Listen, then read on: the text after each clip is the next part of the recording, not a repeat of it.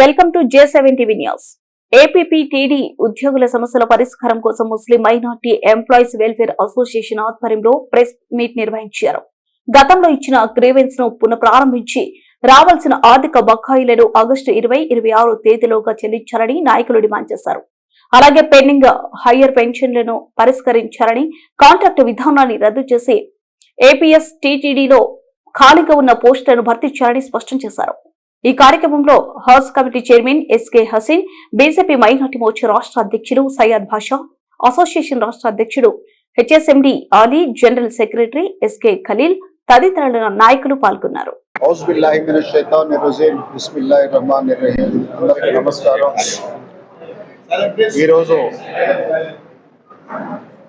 APS RTC employees Muslims minority ఉద్యోగాల సంక్షేమం కోసం సంఘాలుగా ఏర్పడి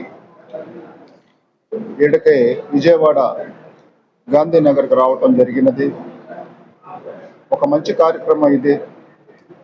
వాళ్ళ సమస్యలు తెలుసుకోవడానికి వారందరూ ఊరు నుంచి వచ్చిన తర్వాత ఒక కమిటీ లాగా ఏర్పడిన తర్వాత ముస్లిమ్స్ మైనార్టీలు మనసులోని ఆవేదనని తెలియపరచడానికి వారు ఇక్కడికి అందరూ రావటం జరిగింది.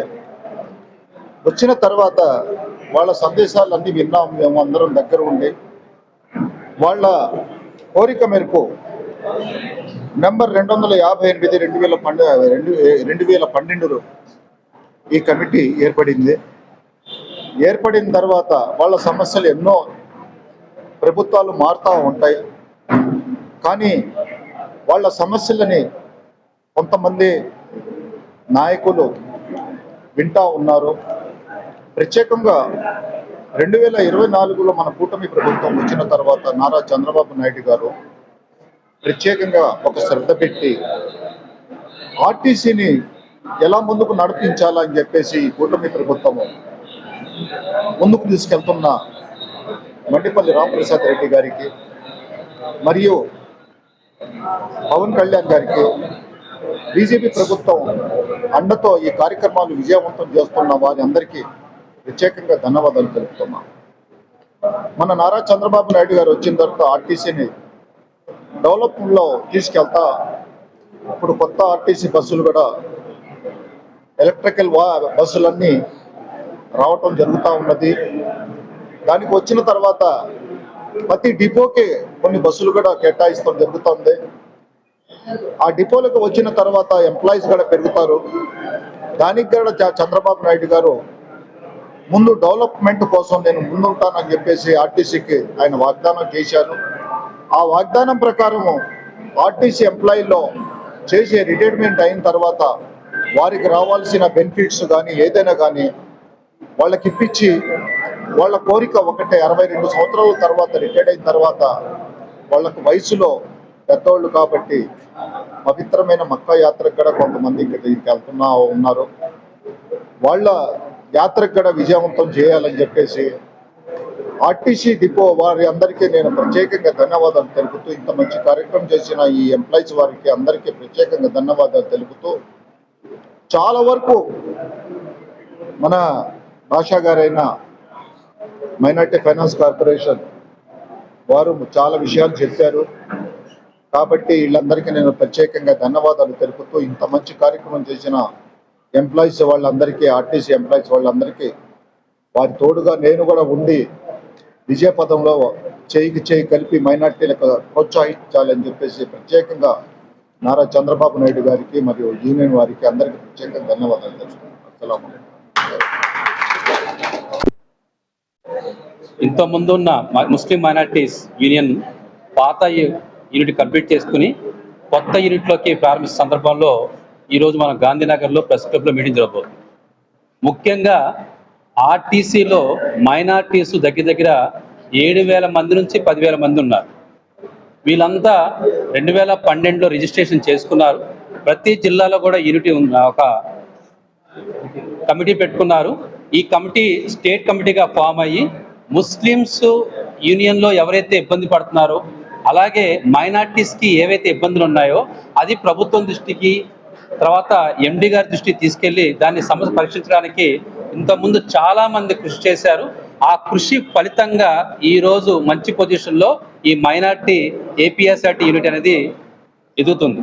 దాంట్లో భాగంగానే ఈరోజు కొత్త కమిటీ సెలెక్ట్ అవ్వడం, దానికి నన్ను గౌరవ అధ్యక్షులుగా వేసుకోవడం, అలాగే ముఖ్యంగా మైనార్టీకి సంబంధించిన ఏ సమస్య అయినా సరే వాళ్ళకి రావాల్సిన డిఏలు కానీ, వాళ్ళు పడుతున్న బాధలు కానీ, వాళ్ళకి ఏదైనా ఇబ్బందులుగా ఉంటే కనుక తప్పకుండా కూటమి ప్రభుత్వంలో అందరం కలిసి మైనార్టీ సంక్షేమం కోసం అటు తెలుగుదేశం పార్టీ అవనివ్వండి, జనసేన పార్టీ అవనివ్వండి, బీజేపీ పార్టీ, మీ అందరం కలిసి మా మైనార్టీని డెవలప్ చేసుకుని ముందు తీసుకెళ్తాం. దాంతోపాటు మాతో పాటు కలిసి వస్తే ఏ పార్టీనైనా కలుపుకుంటే మేము ముందుకెళ్ళడానికి రెడీగా ఉన్నాం. ముఖ్యంగా మైనార్టీసు గ్రీవెన్స్ సెల్ అంటే వాళ్ళు పర్సనల్గా ఏదైనా మీటింగ్ పెట్టుకోవాలంటే వాళ్ళకి కావాల్సిన సెలవులు అవ్వచ్చు, ఒక ప్లేస్ నుంచి ఇంకో ప్లేస్కి రావాలంటే వాళ్ళు 2 రోజులు 1 రోజు జర్నీ చేయాల్సి వస్తుంది. దానికి కావాల్సిన పర్మిషన్స్ ఇంతకుముందు ఉన్నాయి, 2020 తర్వాత రావడం ఆగిపోయినాయి. దాన్ని దృష్టిలో పెట్టుకొని ఈరోజు కమిటీ అంతా కూర్చొని డిస్కస్ చేయడం జరిగింది. దాంట్లో భాగంగానే నాతో పాటు హజ్ కమిటీ చైర్మన్ గారు కూడా వచ్చారు. మేమందరం కలిసి అలాగే ఈ ట్రాన్స్పోర్ట్ మినిస్టర్ గారికి ఈ సమస్యలను తీసుకెళ్లి మా మైనార్టీ సోదరులకు సంబంధించిన ప్రతి సమస్యను కూడా పరీక్షించడానికి మేము అందరూ ప్రయత్నం చేస్తాం. దానిలో భాగంగానే ఈరోజు మీటింగ్ పెట్టడం జరిగింది. ముఖ్యంగా మైనార్టీస్ రంజాన్ నెలలో ఉపవాసం ఉంటూ పనిచేయడం కొద్దిగా కష్టం, అయినా సరే పనిచేస్తున్నారు. అప్పుడు బాగా ఇబ్బందిగా ఉన్న వాళ్ళు, వయసు ఎక్కువ ఉన్న వాళ్ళకి సెలవులు ఇవ్వడానికి ప్రయత్నం చేయాలి గవర్నమెంట్. అలాగే వాళ్ళు 5 పూట్ల నమాజ్ చేసుకుంటా ఉంటారు. నమాజ్కి వాళ్ళకి ట్రాన్స్పోర్ట్కి ఇబ్బంది లేకుండా, వాళ్ళకి ఇబ్బంది లేకుండా 5 పూట్ల నమాజ్ చేసుకోవడానికి కూడా కొద్దిగా అవకాశం ఇవ్వాలి. అలానే మేము ట్రాన్స్పోర్ట్ని ఎక్కడ ఇబ్బంది పెట్టడం మేము చూడట్లేదు. రెండోది ఇంకో విషయం ఏంటంటే, ఎక్కడైనా యాక్సిడెంట్ జరిగినప్పుడు లేదంటే పొరపాటు జరిగినప్పుడు దాన్ని ఒక పెద్ద ఇష్యూలా కాకుండా ఒక మైనార్టీస్ని అంటే మిగతా కులాలను తక్కువ చేసి మైనార్టీస్ని ఎక్కువ చేయడం, మైనార్టీస్ని తక్కువ చేసి మిగతా ఎక్కువ చేయడం కాకుండా అందరినీ కలుపుకుంటూ ఒక సమస్యని పరీక్షించేసే విధంగా మేము కూడా తోడ్పాటు చేస్తామని చెప్పేసి, అలాగే మైనార్టీస్ ఎక్కువగా ఉన్న ఏరియాస్ రాయలసీమ జోన్ అవనివ్వండి, అలాగే ఉత్తరాంధ్ర, కోస్తాంధ్ర, అలాగే గోదావరి జోన్స్, ఎక్కువగా రాయలసీమ జోన్లో ముస్లిమ్స్ ఎక్కువ ఉంటారు, పాపులేషన్ కూడా ఎక్కువే. కానీ ఇక్కడ అదృష్టం ఏంటంటే ఆర్టీసీలో కూడా ఎక్కువ మంది రాయలసీమ జోన్లో ఉన్నారు. అక్కడ ఎక్కువ మంది ఉంటారు కాబట్టి వాళ్ళకి కొంతవరకు పనిలో కూడా అవకాశం రంజాన్ నెలలో ఇవ్వాలని చెప్పేసి, అలాగే ఎవరికైనా ముస్లిమ్స్కి ఏదైనా ఇబ్బంది కడితే కనుక అందరూ ముస్లిమ్స్ కూడా కలిసి మాట్లాడుకోవాలని చెప్పేసి, ముస్లిమ్స్లో సమస్యల్ని పరీక్షించుకోవడానికి ఈ వేదిక ఒక పరిష్కారం అవుతుంది అని చెప్పేసి మమ్మల్ని అందరూ పెట్టడం జరిగింది. అలా పిలిచిన ప్రతి ఒక్కరికి కూడా మైనార్టీ తరపు నుంచి బీజేపీ మైనార్టీ మోర్చా అధ్యక్షుడిగా ప్రతి సమస్యలో ముందుంటానని చెప్పేసి, వాళ్ళ సమస్య పరిష్కరించడానికి నా వంతు కృషి చేస్తానని చెప్పేసి, అలాగే మా భాయ్ ఉన్నారు, ఆయన కూడా చక్కగా చెప్పారు, నా తరపు నుంచి కూడా నేను ఫైట్ చేస్తానని చెప్పేసి. ఇక్కడ మైనార్టీస్ అంటే గొడవ పడే మెంటాలిటీ కాదు, అల్లాకి మాత్రమే ప్రార్థన చేస్తాం, అల్లా ముందు మాత్రమే తలంచుతాం, మేము ఎవరికి భయపడం. దానికి మేము గట్టిగా చెప్తున్నాం. అలాగే మేము కూడా ఎవరికి భయపడకుండా అందరినీ గౌరవిస్తాం, ప్రతి మతాన్ని గౌరవిస్తాం, అలాగే మా మతాన్ని గౌరవించుకోవడానికి మేము కూడా ప్రయత్నం చేస్తాం.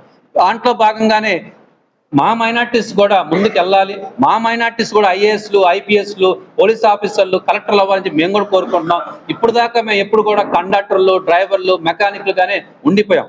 కానీ మేమందరం కలిసి మా కమ్యూనిటీ కూడా డెవలప్ చేసుకుని మాలో కూడా చదువుకునే వాళ్ళు పెంచుకుంటూ అందరినీ కూడా కలుపుకుని వెళ్తామని చెప్పేసి మనస్ఫూర్తిగా తెలియజేస్తున్నాం. ఈ అవకాశం ఇచ్చిన మన ఆర్టీసీ పాత కమిటీకి, కొత్త కమిటీకి మనస్ఫూర్తిగా ధన్యవాదాలు తెలియజేసుకుంటున్నాం. बंद हो रहा है, इसलिए मैं कोशिश करते हैं कि आगे नई मीटिंग बढ़ाने के लिए, जैसे कि भाया बोली जो प्रॉब्लम जो भी है उसको आगे बढ़ाएंगे। अब जो मैं मेरे पर जिम्मेदारी डाली है लोगों को मैं जैसा निभाया हूँ उससे अच्छा मैं ये पोस्ट के लिए मैं कोशिश करके काम करूँ। जरूर शुक्रिया।